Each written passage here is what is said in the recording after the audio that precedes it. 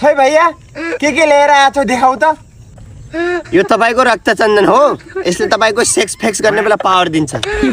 तपाईको यो हनुमानको red bull पिएको red bull हो, त्यो मैले उठाएर ल्याएको।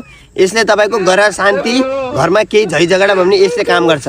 अनि तपाईको अर्को छ यो शिवजीको आइफोन 17 प्रो म्याक्सको चार्जरको टाउको। अब उहाँले त्यही छोड्नु भएको थियो। अब कति शक्तिशाली होला तपाईँलाई आफै थाहा बुझ्न सक्नुहुन्छ।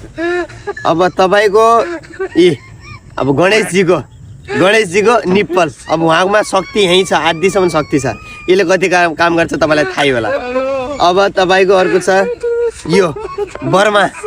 भगवान बर्माले सबैलाई बोलाउँदा युद्धमा बोलाउँदाखेरि बोलिने माएको, त्योमा पनि शक्ति गर्दाखेरि गएकै होला। नै भयो चाहिँ हामीसँग त पैसा पनि छैन, हामी त राख्दैनौँ। अब सामान अर्को चिज राख्नु नि त के भयो त होइन केटा।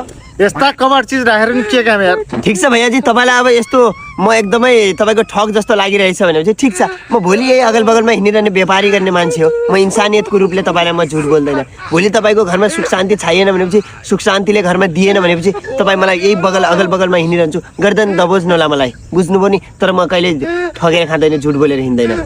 ओ भैयाजी त्यो सेक्स फेक्सवाला पावर दिनेवाला छ नि, खोस्टो के हो त्यो दियो कति हो? यसको 3000 हो भैयाजी।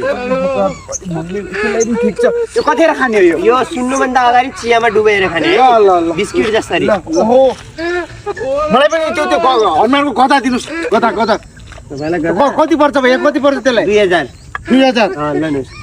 तपाईँको घरमा सुख शान्ति दिन्छ यसले। सुख शान्ति सुत्नुभन्दा अगाडि सिरानीमा राखेर